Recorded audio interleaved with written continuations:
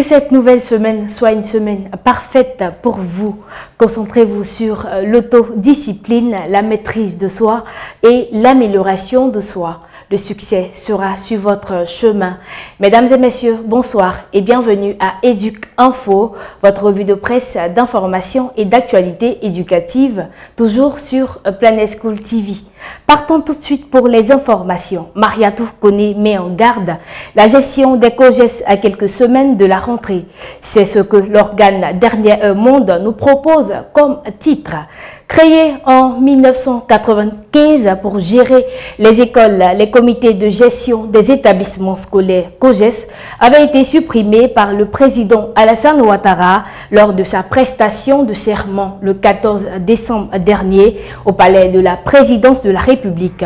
Ainsi, pour le respect scrupuleux de cette annonce, le ministère de l'Éducation nationale et de l'alphabétisation a adressé une note d'information en avertissant tous ceux qui seraient tentés de contourner la décision du président de la République pour faire cotiser les élèves, tout en précisant que ce décret a été pris dans un esprit d'assainissement du secteur, mais aussi dans un contexte de lutte contre la cherté de la vie. Publié ce 3 août 2021. Bonne nouvelle pour les habitants de Gbemazo. Une école maternelle ouvrira ses portes à la rentrée. Nous apprend Fraternité Matin du 3 août 2021. C'est sans doute avec le sourire aux lèvres que les tout-petits de la maternelle débuteront la rentrée scolaire 2021-2022 à Gbemazo, département de Séguéla. Cette école maternelle est un projet qui rentre dans le cadre du programme social du gouvernement et comprendra 3 classes, la petite section, la moyenne section et la grande section, un bureau et des toilettes. Cette infrastructure contribuera à rehausser le niveau des écoliers du village. Du côté de l'INSAC, les meilleurs étudiants, enseignants et personnels ont été célébrés. L'Institut national supérieur des arts et de l'action culturelle INSAC a célébré ses meilleurs élèves personnels, enseignants et administratifs le vendredi 30 juillet 2021 lors d'une cérémonie au sein de l'Institut à Abidjan-Cocody. Ce sont au total 13 élèves ainsi que 5 enseignants et 4 membres du personnel administratif et technique qui ont été primés pour cette première édition. Selon le directeur général de l'INSAC, Ouattara Isiaka, il s'agit pour l'Institut de reconnaître et de célébrer à travers cette cérémonie le travail, l'effort et toutes les dispositions psychologiques qui ont permis de produire un résultat. D'après Abidjan.net du 1er août 2021. On s'intéresse cette fois au rassemblement qui a titré ce 2 août sommet sur l'éducation. Mariatou Koné rentre avec de bonnes nouvelles. Le sommet mondial du groupe des partenaires de l'éducation, GPE, sur l'éducation, qui s'est tenu les 28 et 29 juillet à Londres, a vu la participation du professeur Mariatou Koné, ministre de l'Éducation nationale et de l'alphabétisation. Ce sommet a enregistré la déclaration de la Côte d'Ivoire dont l'investissement dans le domaine de l'éducation est au-dessus du seuil des 20% indiqué par le sommet.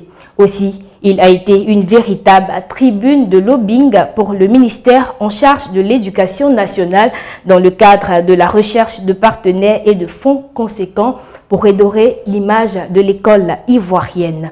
Sur les 5 milliards de dollars prévus pour les 5 prochaines années, 4 milliards ont été mobilisés. C'est un exploit qui permettra d'accompagner 175 millions d'enfants dans leur cursus scolaire et aider à scolariser 88 millions supplémentaires d'ici 2025. Parlons de paiement des bourses dans les grandes écoles. Les syndicats d'étudiants d'accord avec le nouveau mécanisme, selon le quotidien Le Temps, dans sa parution du 2 août 2021. Le paiement des bourses et ce coût financier dans les grandes écoles ivoiriennes se fera désormais via la plateforme du Trésor public.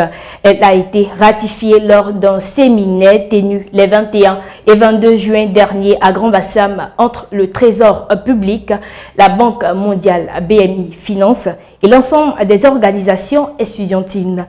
Face à cette innovation, le collectif des étudiants des grandes écoles et élèves de l'enseignement professionnel et technique de Côte d'Ivoire, CEGEPT, la Fédération des élèves et étudiants de l'enseignement professionnel et technique de Côte d'Ivoire, FETEPSI, et le Forum national des élèves et étudiants de l'enseignement professionnel et technique de Côte d'Ivoire, FNEPACI, ont tenu le samedi 31 juillet un point de presse pour donner leur accord à ce nouveau mécanisme qu'ils trouvent avantageux par le fait qu'il permettrait de sécuriser tous les paiements dans le monde universitaire. On s'intéresse cette fois au CAFOP 2021.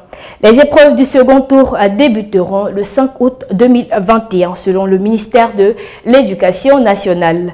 Les 10 villes initiales de composition accueilleront les candidats pour le deuxième tour exceptionnel du concours d'entrée au Centre d'animation et de formation pédagogique CAFOP le 5 août 2021.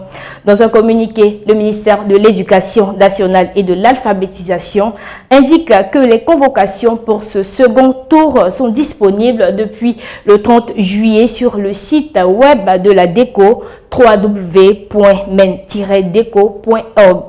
Le test psychotechnique des candidats admissibles au premier tour et deuxième tour des épreuves écrites se tiendra le mardi 7 septembre 2021 et les résultats définitifs d'admission seront connus le samedi 9 octobre 2021.